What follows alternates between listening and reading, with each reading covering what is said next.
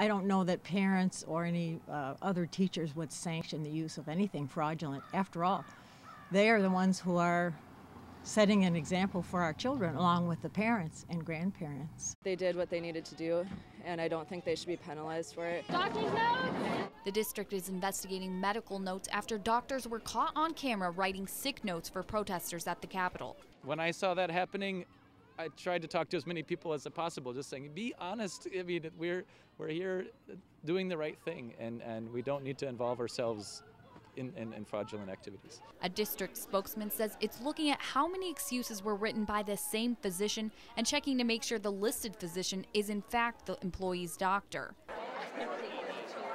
The new teacher contract says fraudulent excuses will result in suspension with time served. That means teachers won't miss any more days of school, but they will be on probation and could face greater consequences for any future incidents. We talked to some school teachers who missed days of school to demonstrate at the Capitol. They say they were fully aware of the consequences and have no regrets. I would do it again without pay in a second because it was necessary and it continues to be necessary, and we did what we had to do for these guys. It was a really difficult situation, a very confusing time for everybody, and I think most people did what they thought was best. Madison teachers were among tens of thousands demonstrating at the Capitol to keep collective bargaining rights. More than 1,700 teachers in the Madison School District won't be paid for at least one day in February when they didn't show up to work during the demonstrations. That's more than 66% of teachers in the district. That is a lot. Some parents weren't happy when the absences forced the district to close schools for 4 days. As a working parent, I had to figure out what to do with my kids, and I ended up bringing them to work with me, which isn't really conducive to working. Others thought teachers shouldn't be punished. I feel like what they did was in service of the children and their educational future. Knowing they wouldn't get paid without a medical excuse, some teachers got notes from doctors at the protest. The district says 84 teachers turned in fake doctor's notes. Most took them back, but 38 who didn't were suspended. The district says the missed days in February will count as time served for that suspension, so teachers won't miss any more class time, but it will go on the record.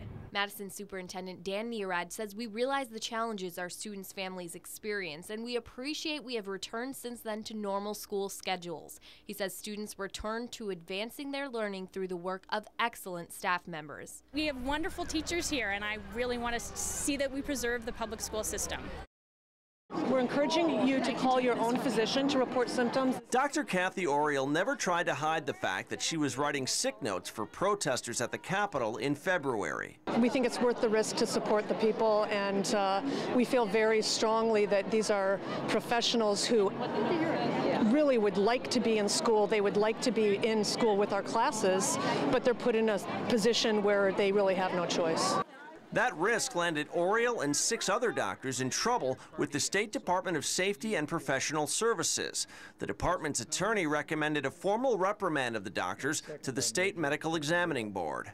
I do think that this discipline is within the realm of reason, given my past experience. Attorneys for the doctors say a reprimand is a punishment that doesn't fit the crime. Ms. Stanton and I had attempted to suggest a lesser discipline, perhaps an administrative warning, something that would not forever mark these physicians' careers. And I know the punishment is going to be reported to the National Data Bank, and as Ms. Epstein notes, follows them around. But the majority of the board agrees that a reprimand is appropriate after finding no evidence in the physician's records that indicated what type of evaluation was even performed on the people who received the sick notes. There may be other issues, but at this point we felt disciplining them on the medical records would be enough to prevent such behavior in future and send a message. Doctor's notes! No! Need a note for work! We made best judgments as the situation unfolded during last February. We are encouraging people to stay home until they feel better. I think the decisions that the district made to protect those records was a prudent decision to make. But the Wisconsin State Journal sued the Madison School District in June for not releasing sick notes teachers turned in after missing work in February during protests over collective bargaining. It forced the district to close school for 4 days. We're encouraging you to call your own physician to report symptoms. Superintendent Dan Neerad says they reached a compromise with the State Journal, releasing the notes without any information that identifies teachers. With that, we feel that we're balancing the need for protecting that sensitive information with what the State Journal has been attempting to accomplish throughout this as well. He says the district contacted all 700 people involved, and now they're in the process of removing private information before the December 7th release. The State Journal reports the district is also responsible for the paper's legal fees, an estimated $20,000 to $25,000. Hopefully we can resolve this situation now and move forward and place our focus back on the important work that we're doing to educate children. But the case isn't closed. Since the judge's ruling, the Madison Teachers Union filed paperwork to be a party in the lawsuit between the district and the newspaper. It really is, MTI's decision as to whether or not they want to pursue any, legal means to further protect the release, and that has to come from them. We think it's worth the risk to support the people. Dr. Kathleen Oriel was among 9 physicians to receive discipline from the State Medical Examining Board for her role in signing off on questionable sick notes for Madison teachers. But the Wisconsin State Journal reports Madison school records show 10 other physicians signed sick notes deemed fraudulent and received no discipline.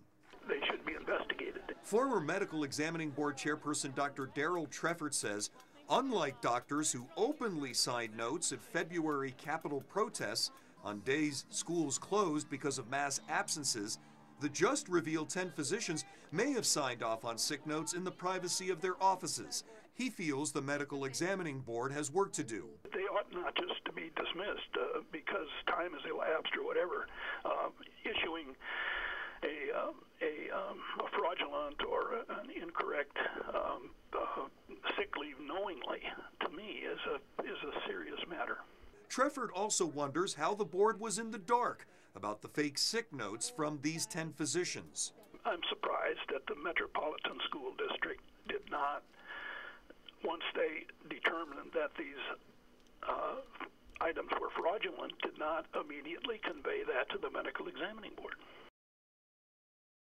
We are in great reliance on what physicians tell us in terms of our employees' absences. Physicians have already been disciplined for involvement in fraudulent sick notes as Madison schools closed for 4 days in February when teachers joined mass protests of Governor Walker's policies.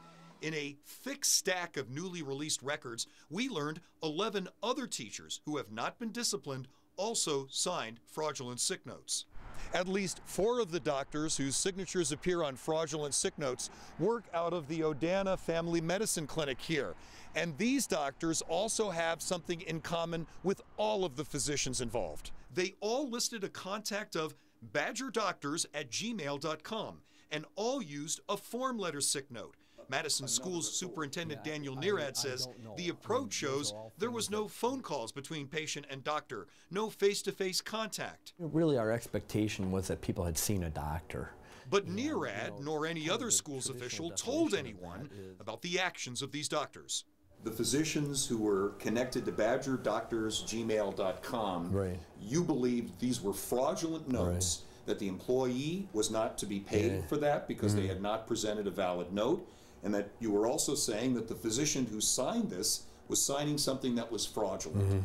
Did you feel an obligation to go beyond the walls of the school district and alert someone to the actions of these doctors? No, we did not take that action. The superintendent says it came down to priorities. Our focus was on massive details that we had to go through in terms of follow-up with individual situations affecting teachers and the return to education.